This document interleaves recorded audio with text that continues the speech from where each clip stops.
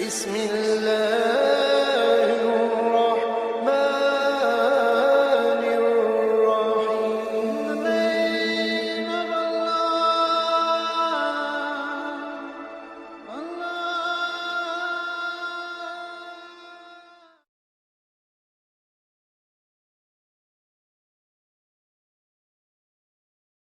الحمد لله نحمده ونستعينه ونستغفره ونؤمن به ونعوذ بالله من شرور أنفسنا ومن سيئات أعمالنا.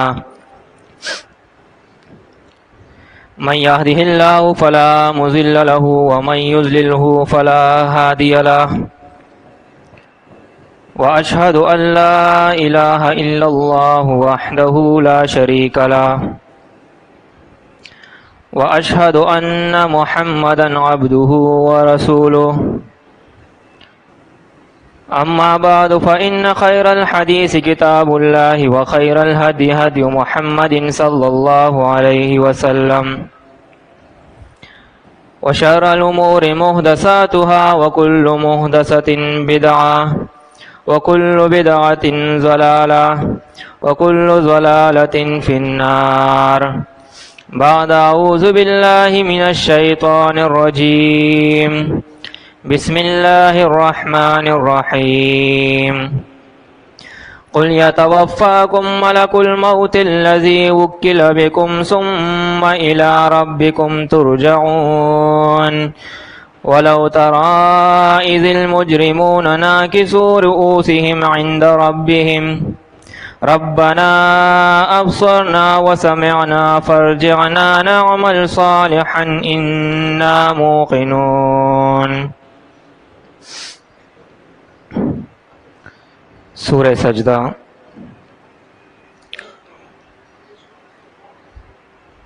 دو آیتیں ہیں. آیت نمبر 11 اور 12.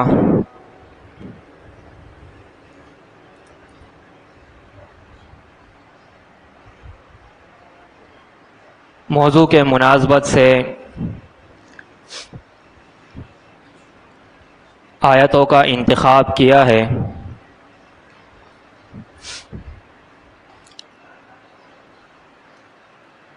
اور موضوع بہت ہی اہم. اگر انسان اس ایک موضوع کو، اس بات کو سمجھ جائے، اور سمجھنے کے لیے لازمی چیز یہ ہے کہ وہ دل اور دماغ دونوں سے سمجھے،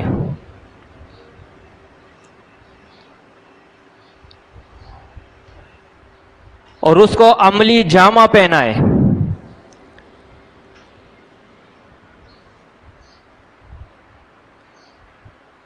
اگر انسان اس کو سمجھ جائے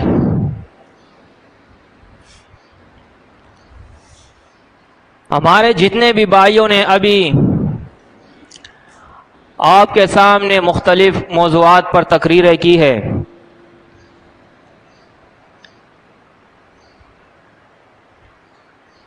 اللہ رب العزت انہیں اس کی جزا دے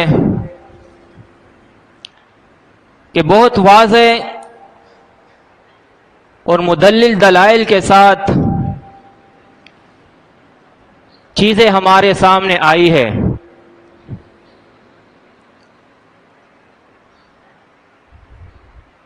اب جب آخرت کا ذکر ہوتا ہے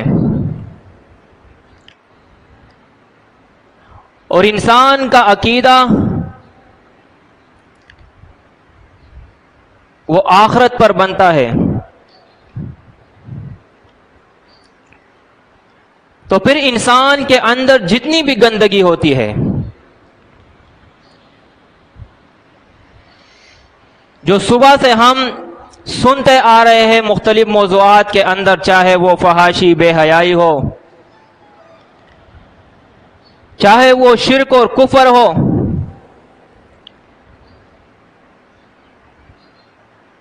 یا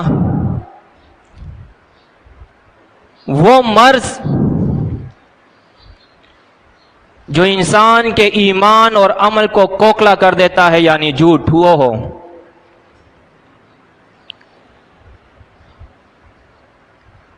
سب سے پہلے ہمیں موت دیکھنا چاہیے کہ موت چیز کیا ہے، اور یہ ہم اور آپ سب جانتے ہیں کہ ہر چیز کو اس کے ضد سے پہچانا جاتا ہے، یعنی دن ہے تو رات ہے، دھوپ ہے تو چھاؤں ہے، کالا ہے تو سفید ہے، مرد ہے تو عورت ہے۔ اسی طرح زندگی اور موت ہے۔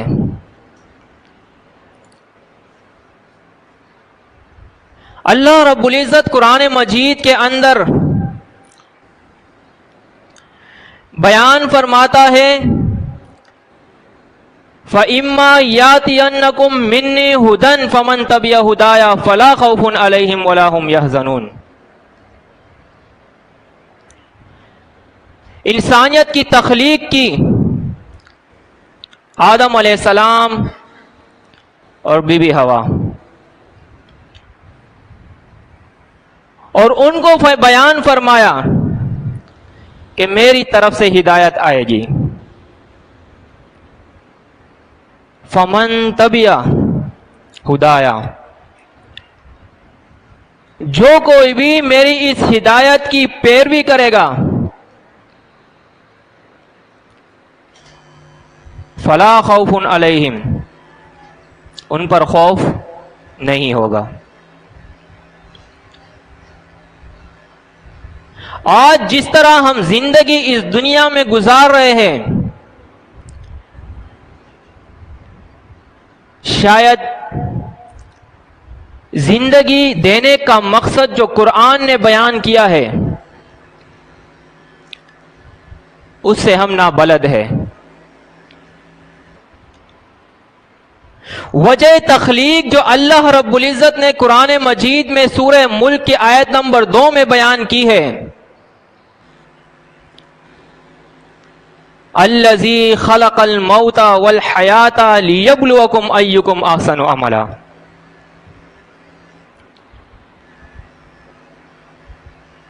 اس زندگی کو دینے کا مقصد کوئی کھیل تماشا نہیں تھا کہ انسان کو اس زمین پر بسایا، یہاں پہ وہ یہ دنیا میں آتا ہے، پیدا ہوتا ہے، پھر اس کا بچپنا ہوتا ہے، بچپنے میں وہ اپنی زندگی گزارتا ہے، لڑکپن ہوتی ہے تو وہ دوستوں یاروں کے ساتھ لگا رہتا ہے، پھر جب جوانی عروج پر پہنچتی ہے تو شادی ہوتی ہے، شادی کے بعد اب یہ ایک نسل پیدا کرتا ہے، اور جس طرح اس نے زندگی گزاری اسی طرح یہ نسل در نسل چیز چلتی جا رہی ہے۔ حالانکہ قرآن مجید میں اللہ رب العزت نے جو آیت میں نے آپ کے سامنے تلاوت کی ہے، اس کو ہم سمجھے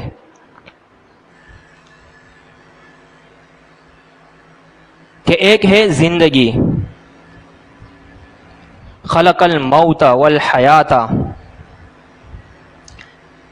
زندگی اللہ نے دی، دینے کا مقصد کیا ہے کہ اللہ کو پہچانو، جو کتاب اللہ رب العزت نے نازل کی ہے اس کے احکامات پر غور و فکر کرو،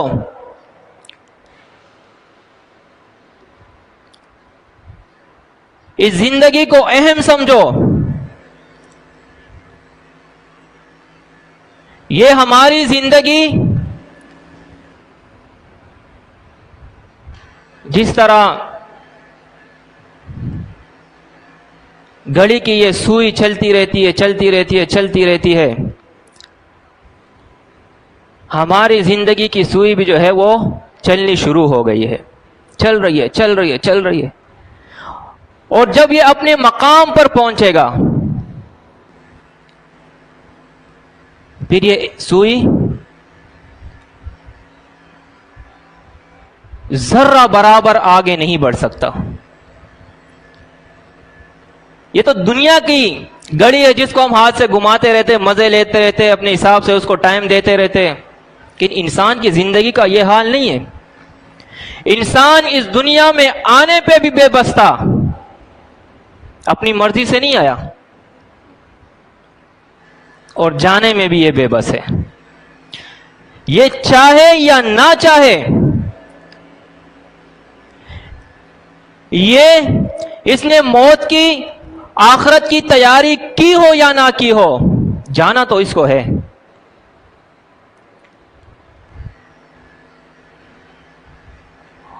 اور موت جو اللہ نے تخلیق کی ہے، انسان کو موت دیتا ہے۔ کیوں دیتا ہے؟ اس دنیا میں، اس دنیا کے کسی کونے میں کوئی بھی شخص نہیں ہے، کوئی بھی ایسی تنظیم نہیں ہے، کوئی بھی ایسی جماعت نہیں ہے، کوئی بھی ایسا فرد نہیں ہے، چاہے وہ کافر ہو، مشرک ہو، بے دین ہو، دہریہ ہو، ہر ایک شخص اس بات پر یقین رکھتا ہے کہ ایک وقت آئے گا اور میں اس دنیا سے جاؤں گا۔ موت کا انکار کوئی نہیں کر سکتا۔ رب کائنات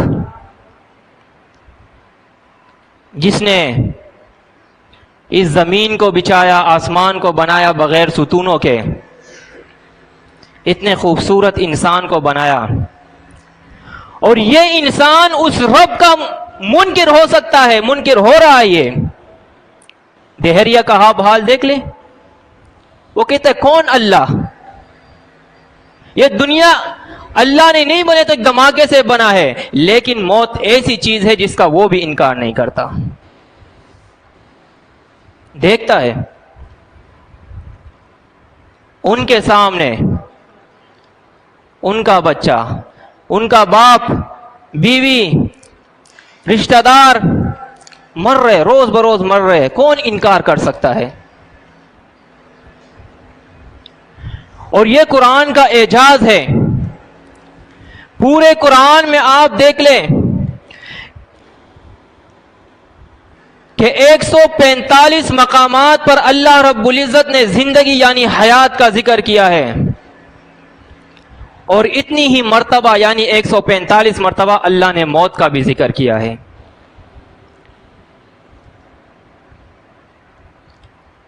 اللہ بیان فرماتا ہے قُلْ يَتَوَفَّاكُمْ مَلَكُ الْمَوْتِ الَّذِي وُكِّلَ بِكُمْ ثُمَّ إِلَىٰ رَبِّكُمْ تُرْجَعُونَ۔ تمہیں موت دیں گے، ملک الموت، وہ فرشتے، وہ ملائک جو نفس قبض کرنے پہ مقرر کیے گئے ہیں، وُكِّلَ بِكُمْ، تمہارے اوپر وہ مقرر کیے گئے ہیں، ثم الى ربکم ترجعون، اور پھر موت کے بعد ایسا نہیں ہے کہ یہ زندگی تھی اور اس زندگی کے بعد کچھ نہیں، موت آئی قصہ ختم۔ اللہ بیان فرماتا ہے ثم الى ربکم ترجعون، تمہارے رب کی طرف تمہیں لوٹایا جائے گا۔ وَلَوْ تَرَىٰ إِذِ الْمُجْرِمُونَ نَاكِسُو رُءُوسِهِمْ عِندَ رَبِّهِمْ،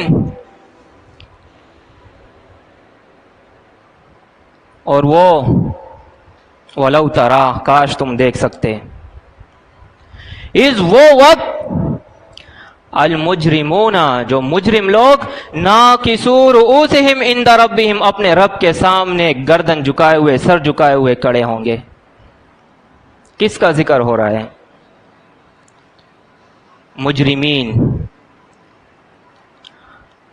اور اس وقت جب ان کی آنکھیں کھل جائے گی، قرآن مجید میں مختلف مقامات پر اس کا مختلف انداز سے جو ہے وہ ذکر ہوا ہے.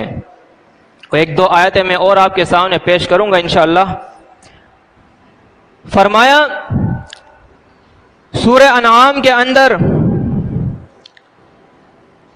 آیت نمبر 61 اور 62 کے اندر اللہ رب العزت بیان فرماتا ہے وَهُوَ الْقَاهِرُ فَوْقَ عِبَادِهِ، وہ اللہ وہ قادر ہے فوق عبادہ، اپنے بندوں کے اوپر. وَيُرْسِلُ عَلَيْكُمْ حَفَظًا، اور تمہارے اوپر جو ہے وہ نگہبان کو پیش کرتا ہے، بیچتا ہے. حَتَّى إِذَا جَاءَ أَحَدَكُمُ الْمَوْتُ تَوَفَّتْهُ رُسُلُنَا وَهُمْ لَا يُفَرِّطُونَ، جب انسان کی موت آتی ہے، اذا جاء احدکم الموت، جب تم میں سے کسی کی موت آتی ہے. یہ مجلس بیٹھی ہوئی ساری، خطاب قیامت تک آنے والے ہر انسان سے ہے. جب تم میں سے کسی کی موت آتی ہے، توفتہ رسلنا وہم لا یفرطون،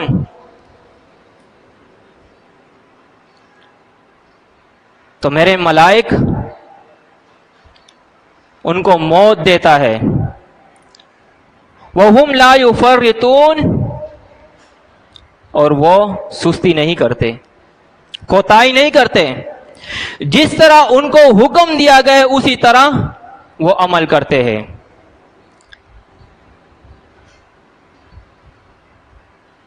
قرآن مجید کے اندر اللہ رب العزت بیان فرماتا ہے کل نفس ذائقۃ الموت کل من علیہا فان، ہر نفس کو موت کا مزہ چکھنا ہے، ہر چیز کو فنا ہونی ہے. انسان کیا، یہ پہاڑ، یہ زمین، یہ آسمان، یہ چرند پرند، یہ جنات، سب ختم ہو جائے گا، کچھ باقی نہیں رہے گا. وَجَاءَ رَبُّكَ وَالْمَلَكُ صَفًّا صَفًّا، تیرا رب اور ملائکہ سب در سب جو ہے وہ آئیں گے. وَجِيءَ يَوْمَئِذٍ بِجَهَنَّمَ، اور اس دن قیامت کو پیش کیا جائے گا.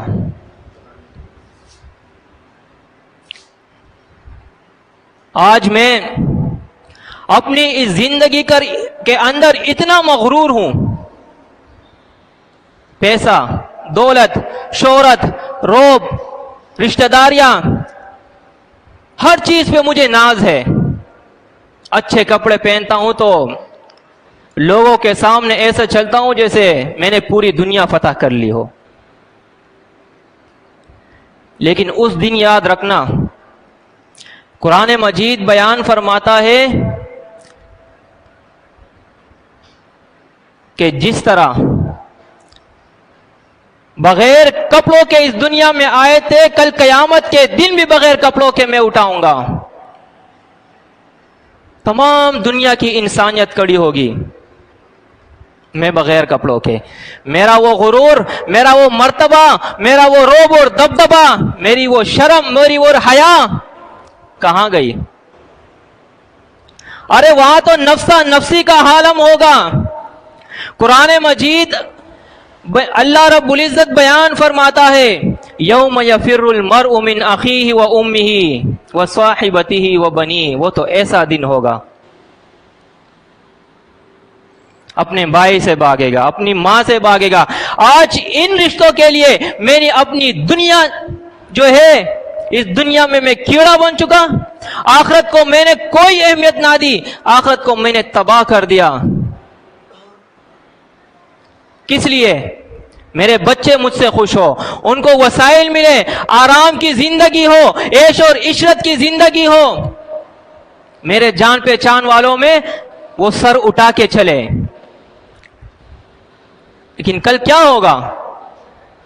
یوم یفر المرء من اخیہ و امہ، وہ محبت کہاں گئی جو اپنے بچوں سے تھی، اپنی ماں سے تھی، اپنے باپ سے تھی، اپنی بیوی سے تھی، اپنے بھائی اور بہن سے تھی، اپنے رشتہ داروں سے تھی؟ وہاں تو نہ بہن دکھے گی نہ ماں دکھے گی، سب سے انسان دور بھاگتا جائے گا، اے اللہ مجھے نجات دے، ان سب کو اس جہنم کے اندر ڈال دے، ثم ینجی، اس کے بعد مجھے نجات دے۔ یہ تو اس انسان کی ایک خواہش ہے، ارمان ہے جو یہ پیش کرے گا، لیکن ایسا نہیں ہے۔ فرمایا ثم ردوا الی اللہ مولاہم الحق، پھر تمہیں لوٹایا جائے گا الی اللہ، اللہ کی طرف، مولاہم الحق، جو حق مولا ہے۔ الا لہ الحکم، اسی کی تو حکم چلے گی۔ وہو اسرع الحاسبین، اور وہ بہت جلد حساب کرنے والا ہے۔ سورہ الحاقہ کے اندر اللہ رب العزت ہمارے سامنے نقشہ کھینچتا ہے، کاش کہ ہمیں سمجھ آئے، میں اپنی اصلاح کر لوں، آپ سب اپنی اصلاح کر لیں، اور اللہ رب العزت نے جس مقصد کے لیے اس دنیا میں ہمیں بھیجا ہے اس کی ہم تیاری کریں۔ فرمایا کہ اس دن جن کو اس کا اعمال نامہ الٹے ہاتھ میں دیا جائے گا تو کہے گا فَيَقُولُ يَا لَيْتَنِي لَمْ أُوتَ كِتَابِيَا، اے کاش مجھے یہ اعمال نامہ نہ دیا جاتا، وَلَمْ أَدْرِ مَا حِسَابِيَا، اور نہ ہی مجھے معلوم ہوتا کہ میرا حساب کتاب کیا ہے۔ میں نے تو یہ سوچا بھی نہیں تھا دنیا کے اندر کہ مجھ سے بھی حساب کتاب ہوگا۔ ارے میں تو ایک مسلمان کے گھر میں پیدا ہوا ہوں، لا الہ الا اللہ محمد رسول اللہ کے کلمے کا اقرار میں نے کیا تھا، نمازیں پڑھتا تھا، روزے رکھتا تھا، حج کرتا تھا، خیر و خیرات کیا کرتا تھا۔ مجھے تو یہ بتایا گیا تھا کہ مولوی صاحب نے بچپن میں آپ کے کان میں اذان دی ہے، مسلمان ہو گئے ہو، جنت آپ کا مقام ہے۔ ارے مجھے تو یہ بھی بتایا گیا تھا کہ اپنے بچے کو حافظ قرآن بنا لو، وہ آپ کا جو ہے ایصال ثواب کرائے گا، آپ جنت میں چلے جاؤ گے۔ مجھے تو یہ بھی کہا گیا تھا کہ اگر آپ کا چھوٹا بچہ جو ہے وہ مر جائے تو اس کی وجہ سے اللہ آپ کو بھی جنت میں ڈال دے گا۔ مجھے تو یہ بھی کہا گیا تھا کہ آپ کی قیامت کے دن شفاعت ہوگی، اور یہاں تو حال یہ ہے یا ربی ان قوم اتخذوا ھذا القرآن مہجورا، تو میری شکایت ہو رہی ہے۔ ولم ادر ما حسابیا، کاش مجھے معلوم نہ ہوتا کہ میرا حساب کتاب کیا ہے۔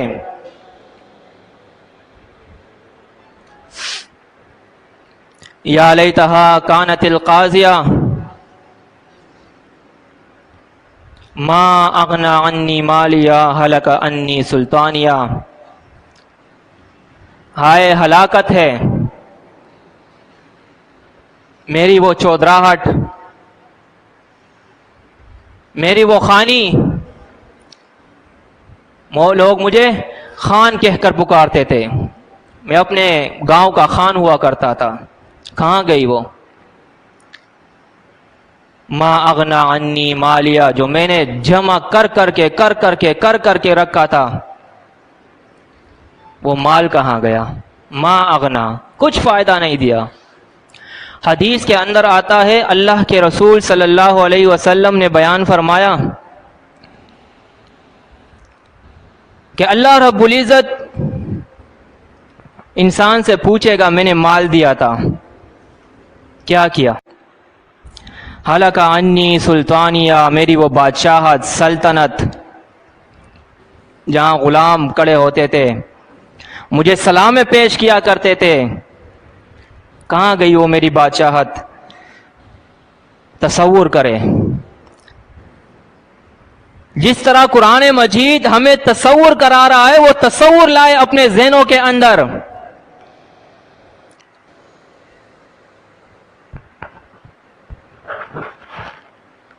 کہ اس دن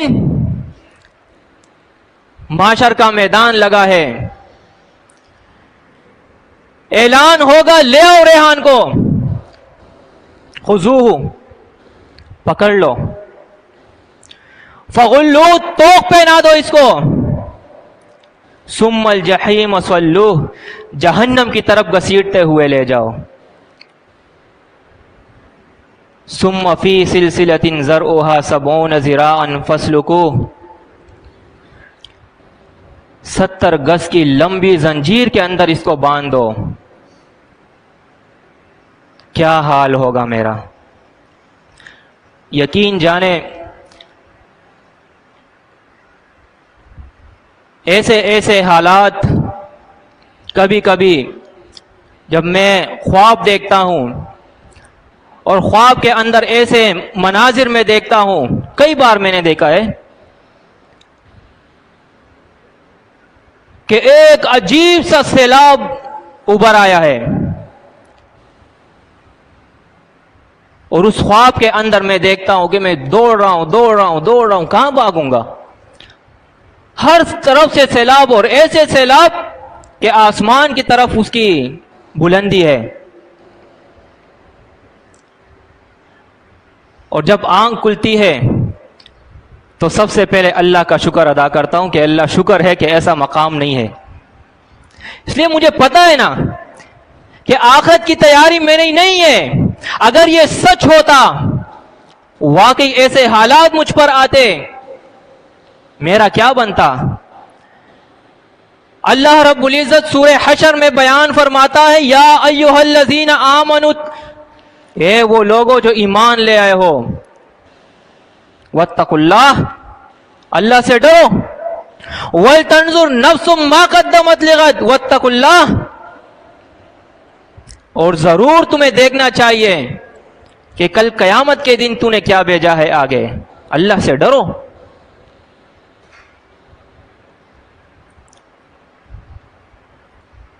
ہم بھی لوگوں کی طرح اسی انتظار میں بیٹھے ہوئے کوئی معجزہ ہوگا اور معجزے کے سبب جو ہے وہ میں جنت میں چلا جاؤں گا، ایسا نہیں ہوتا۔ اللہ رب العزت اس زندگی کے اندر آزمائے گا، آزمائش ہوگی، مال دے گا، یہ مال تیرے لیے آزمائش ہے، تجوریہ بنا کے رکھو، اس کو بڑھتے رہو، الہاکم التکاثر، اس مال کی کثرت نے تم کو ہلاکت میں ڈال دیا ہے، حتی زرتم المقابر، یہاں تک کہ تم قبروں تک جا پہنچتے ہو، نہ وہ مال کچھ کام آیا۔ انسان غور نہیں کرتا کہ مرنے کے بعد جو مجھے کفن پہنایا جائے گا اس میں جیب نہیں ہوتا کہ چند سو چند لاکھ روپے میں ساتھ لے جاؤں، شاید میرا کام آئے۔ خالی ہاتھ یہ انسان اس دنیا سے جائے گا۔ اللہ بیان فرماتا ہے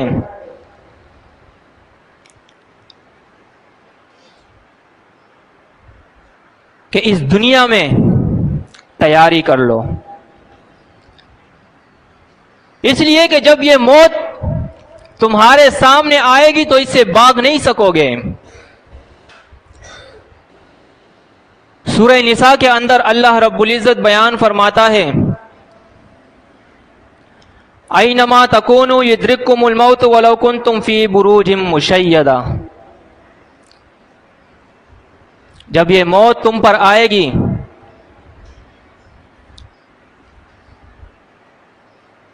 تو یہ موت تم سے ہٹا نہیں سکتی تمہارے وہ محلات، مضبوط محلات جو تم نے بنائے ہیں. چونکہ وقت کی کمی کی وجہ سے جو تیاری ہوتی ہے وہ بھی پوری بیان نہیں ہو سکتی، اس وجہ سے کئی آیات جو ہے وہ میں نے چھوڑی ہے. صرف یہ سورہ اعراف کی کچھ آیتیں ہیں، یہ آپ کے سامنے رکھتا ہوں.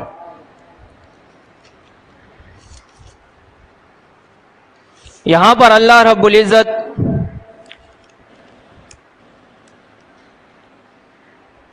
جنت اور جہنم والوں کا ذکر کرتا ہے، اور میری کوشش اس لیے یہ ہے کہ ایسے آیات آپ کے سامنے رکھے تاکہ ہمیں کچھ سمجھ آئے. باقی تو جو عذابات قرآن مجید نے بیان کیے ہیں وہ تو اتنی کثرت کے ساتھ ہے کہ اس کا بیان کرنا جو ہے وہ ان چند لمحوں میں مشکل ہے. اس آیت میں اللہ رب العزت بیان فرماتا ہے، سورہ اعراف کی آیت نمبر 50 ہے، فرمایا وَنَادَى أَصْحَابُ النَّارِ أَصْحَابَ الْجَنَّةِ أَنْ أَفِيضُوا عَلَيْنَا مِنَ الْمَاءِ أَوْ مِمَّا رَزَقَكُمُ اللَّهُ. یہ جہنم والے جنت والوں سے درخواست کریں گے، ان افیضوا علینا من الماء او مما رزقکم اللہ، کہ جو رزق تمہیں اللہ نے دیا ہے اس میں سے تھوڑا سا ہمیں بھی دے دو، تھوڑا سا ہمیں بھی دے دو. اللہ بیان فرماتا ہے جنت والے جواب دیں گے، قالو کہیں گے ان اللہ حرمہما علی الکافرین، اللہ نے کافروں پر حرام کر دی ہے جنت کو، اور جنت کی رزق کو بھی حرام کر دیا ہے.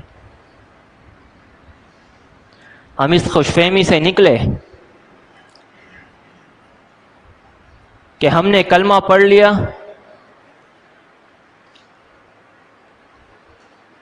اللہ پر ہمارا ایمان بن گیا، وقت ملتا ہے تو دین کا کام کر لیتے ہیں، نمازیں پڑھ لیتے ہیں. اخلاص کے ساتھ کرنا پڑے گا یہ سب، وگرنہ اگر ایسے حالات ہمارے ہوئے تو حدیث کے اندر آتا ہے، یہ چند ایک دو حدیثیں آپ کے سامنے رکھتا ہوں پھر اپنا موضوع میں ختم کرتا ہوں. نبی کریم صلی اللہ علیہ وسلم بیان فرماتا ہے کہ اس دن قیامت میں جو سب سے جہنم کے اندر جو سب سے ہلکا عذاب، کم عذاب جس شخص کو دیا جائے گا وہ شخص ہوگا جس کی جوتیاں اور تسمے جو ہے وہ آگ کے ہوں گے. ویسے تو قرآن مجید میں مختلف آیات ہے اس سورہ اعراف کے اندر ہی کہ ان کے لیے چھت، زمین، دیواریں، ان کا لباس سب جہنم کا ہوگا، آگ کا ہوگا. لیکن اللہ کے رسول بیان فرماتا ہے کہ سب سے کم جس کو عذاب دیا جائے گا وہ عذاب یہ ہے کہ اس کے جوتے اور اس کے تسمے جو ہے وہ آگ کے ہوں گے. جب تپتی دھوپ ہوتی ہے اور ہماری چپلیں پڑی ہوتی ہے دھوپ کے اندر اور ہم بے خیالی میں اس کے اندر اپنے پیر لے جاتے ہیں تو کیا حالت ہوتی ہے ہماری. اور نبی کریم صلی اللہ علیہ وسلم یہی بیان فرماتا ہے کہ سب سے کم عذاب ہونے کے باوجود وہ جہنمی وہ شخص سمجھے گا کہ اس جہنم میں سب سے زیادہ عذاب مجھے دیا جا رہا ہے. اللہ بچائے ہمیں. ایسے ایسے عذابات اللہ رب العزت نے اس انسان کے لیے تیار کیے ہیں، اور اللہ کا یہ وعدہ ہے کہ جو بھی سرکشی سے باز نہیں آئے گا، اللہ اور اللہ کے رسول کے احکامات کو نہیں مانے گا، اس دنیا کی زندگی میں وہ اپنی اصلاح نہیں کرے گا، ایسے لوگوں سے اللہ بیان فرماتا ہے لَأَمْلَأَنَّ جَهَنَّمَ مِنَ الْجِنَّةِ وَالنَّاسِ، ایسے لوگوں سے میں جہنم کو بھر دوں گا۔